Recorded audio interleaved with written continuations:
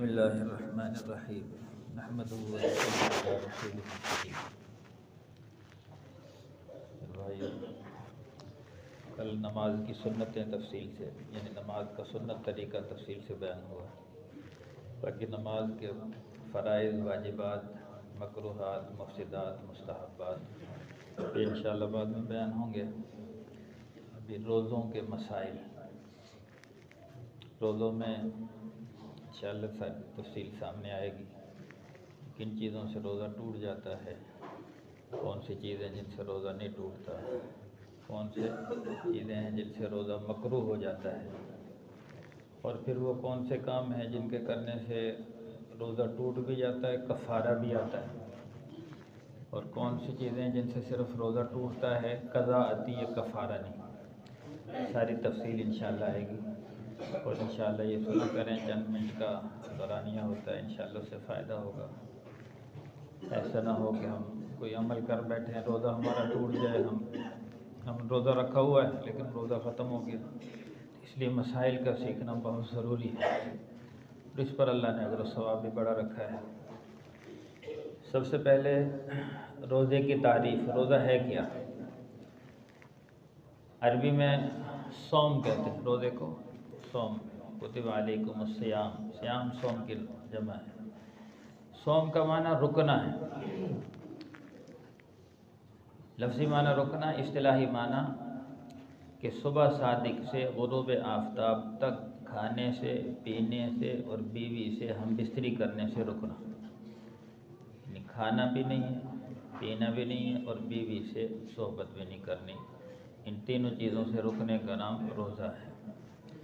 روزے کی 8 قسمیں ہیں، روزے کی 8 قسمیں ہیں: فرض معین، فرض غیر معین، واجب معین، واجب غیر معین، سنت، نفل، مکروہ اور حرام۔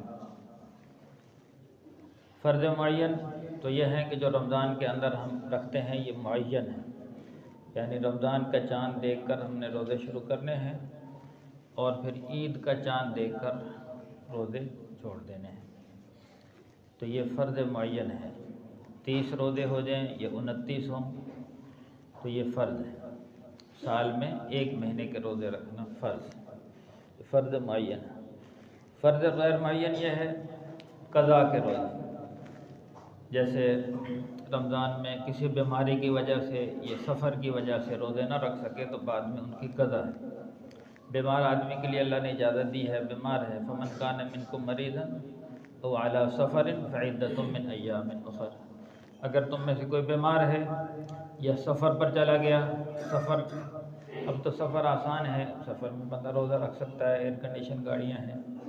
ہاں کوئی مشقت والا سفر ہے، پہلے زمانے میں پیدل سفر کرتے تھے یا گھوڑوں پر، گدھوں پر، مشکلات تھی، تو ابھی بھی اگر کوئی مشکل سفر ہو تو روزہ چھوڑنے کی اجازت ہے، لیکن سفر لمبا ہو، یہ نہیں کہ ہم یہاں سے گجرانوالے گئے تو روزہ چھوڑ دیا، نہیں، لمبا سفر ہو اور مشقت والا ہو تو پھر اس میں گنجائش ہے کہ بعد میں رکھ لیں۔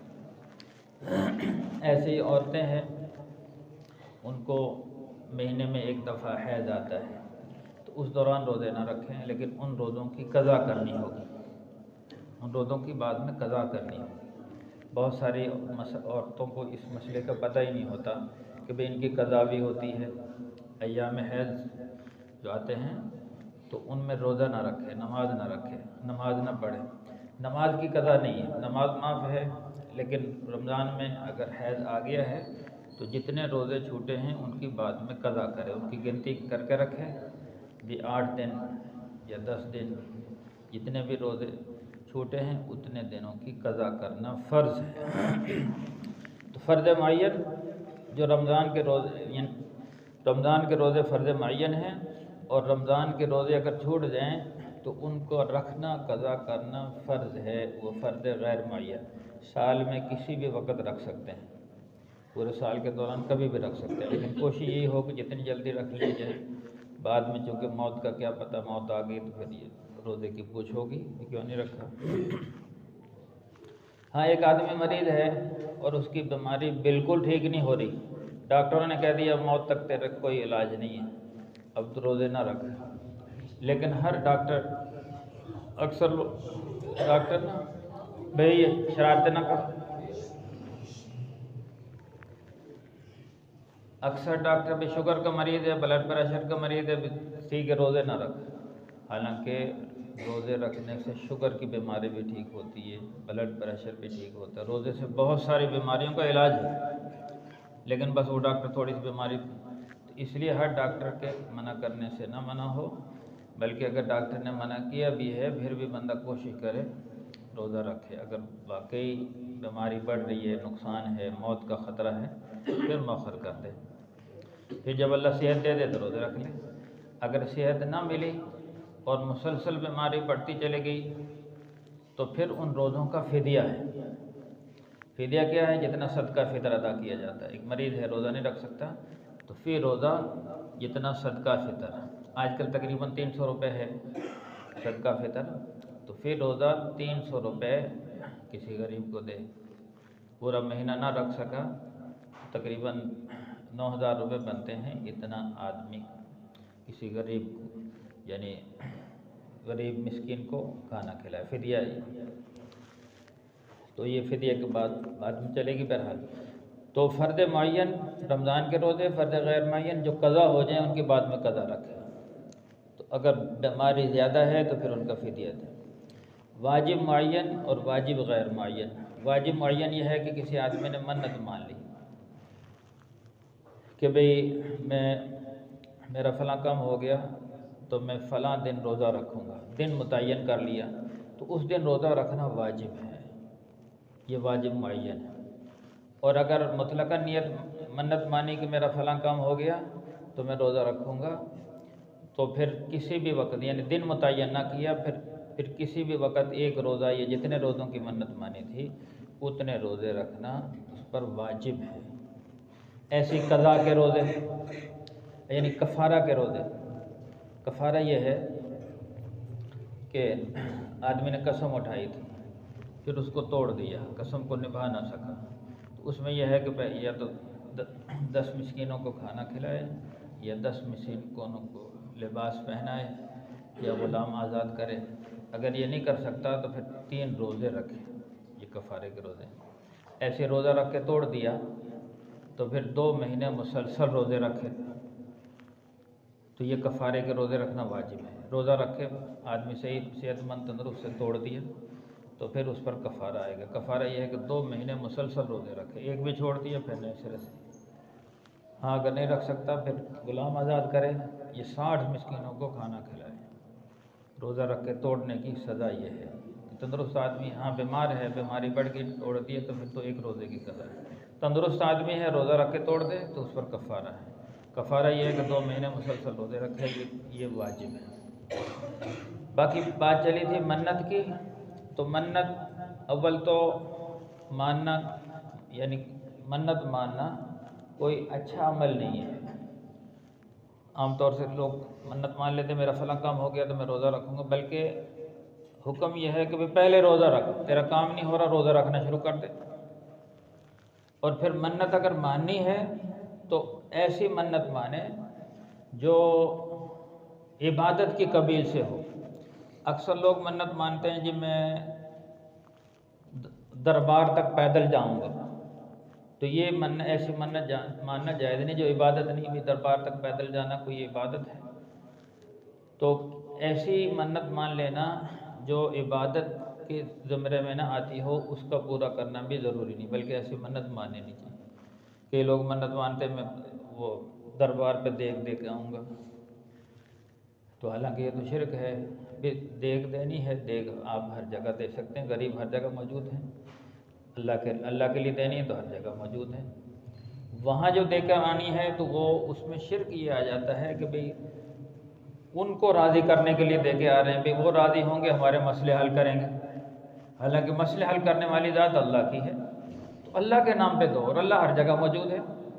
وہاں جا کے دینا تو اس کا مطلب ہے کہ ان کو راضی کرنا، تو ان کو راضی کرنے کے لیے دیں گے تو یہ شرک ہو جائے گا، بھئی ان کو اللہ کے شریک بنا دیا، بھئی وہ بھی ہمارے مسئلے حل کرتے ہیں اللہ بھی کرتے ہیں۔ ایسے زمانہ جاہلیت میں لوگ بتوں کے نام کے چڑھاوے چڑھاتے تھے، دیکھ دیتے تھے۔ تو یہ ہے کہ منت ماننی ہے کسی نیکی کی، روزے کی، نماز کی، صدقہ کی، یا اللہ کے راستے میں کوئی جانور ذبح کر کے غریبوں کو کھلائے، یہ منت، تو یہ تو جائز ہے۔ لیکن کسی درباروں کے نام پر منت، اور عام طور سے لوگ منت مانتے ہی درباروں کی، بھی ہم نے منت مانی فلاں دربار پہ جانا ہے، فلاں دربار پہ منت مانی ہے، تو یہ بالکل ناجائز ہے۔ اور خاص کر منتیں مانتی ہیں عورتیں، اور عورتوں کے جانے میں حضور صلی اللہ علیہ وسلم نے سخت منع فرمایا کہ عورتوں کا قبرستان جانے والی عورتوں پر حضور صلی اللہ علیہ وسلم نے لعنت بھیجی ہے۔ ہاں، مرد اگر جانا چاہیں کسی دربار پہ یا کسی قبرستان پہ، تو وہاں ان سے جا کے کچھ نہ مانگے، وہاں جا کے سجدہ نہ کرے، وہاں جا کے ان کو چومے نہ، چاٹے نہ، اور ان کے سامنے جھکے نہ، کہ اللہ سے مانگے۔ صرف یہ کہہ سکتے ہیں یا اللہ یہ تیرے نیک بندے تھے، ان کی برکت سے ہمارا مسئلہ حل کر دے، تو وہ تو اس کی گنجائش ہے۔ لیکن مسلسل جانا، ہر جمعرات کو جانا، تو اس کا مطلب یہ ہے کہ ان کو راضی کرنے کے لیے جا رہے ہیں، تو وہ شرک کے زمرے میں آ جاتا ہے کہ ان سے جا کے مانگنا، وہاں جا کے سجدے کرنا، یہ ناجائز ہے۔ اللہ سے مانگے۔ ہاں، اپنے حدیث میں آتا ہے تمہارے والدین فوت ہو گئے ہیں تو ہر جمعے کو جاؤ ان کی قبر پر جا کر ان کے لیے دعا مانگو۔ اگر خدا نخواستہ زندگی میں نافرمانی کی ہے والدین کی، تو فرمایا کہ جو ہر جمعے کو اپنے والدین کی قبر پر جائے اور ان کے لیے دعا مانگے، ان سے کچھ نہ مانگے، ان کے لیے مانگے، تو اللہ اس کو فرما برداروں میں شمار کر دیتا۔ تو بہرحال بات چل رہی تھی واجب غیر معین۔ واجب معین تو یہ ہے کہ ہم نے منت مانی فلاں دن روزے رکھیں گے، تو اس کام ہو گیا تو اسی دن روزہ رکھنا واجب ہے۔ واجب غیر معین یہ ہے کہ ہم نے منت مانی کہ فلاں دن روزے رکھیں گے، کام ہو گیا اور دن متعین نہ کیا، پھر کسی بھی وقت رکھنا واجب ہے۔ ایسی سنت موقعہ کوئی روزہ نہیں ہے۔ سنت موقعہ فرض ہے یا واجب ہے یا سنت موقعہ کوئی روزہ نہیں۔ باقی سنت روزے عاشورہ کا، یعنی عاشورہ کے ساتھ ایک روزہ لازماً ملائے۔ عاشورہ کہتے ہیں 10ویں محرم، 10ویں محرم کے ساتھ یا تو ایک شروع میں ملائے یا آخر میں، 9ویں 10ویں رکھے یا 10ویں 11ویں۔ اور ایسے ہی 9ویں ذی الحج کا روزہ رکھنا، جو ذی الحج جو بڑی عید ہے، بڑی عید سے ایک دن پہلے 9ویں ذی الحج کا روزہ رکھنا، یہ سنت ہے۔ اسی طرح ایام بیض کے روزے رکھنا یہ سنت ہے۔ ایام بیض کہتے ہیں ہر مہینے کی 13ویں، 14ویں، 15ویں، ان تاریخوں میں حضور صلی اللہ علیہ وسلم روزہ رکھتے تھے اور اس کا اہتمام فرماتے تھے، تو ان دنوں میں روزہ رکھنا سنت ہے۔ تو یہ سنت روزے ہیں۔ اور اس کے بعد ہے نفل روزے، مستحب نفلی روزے۔ تو فرمایا کہ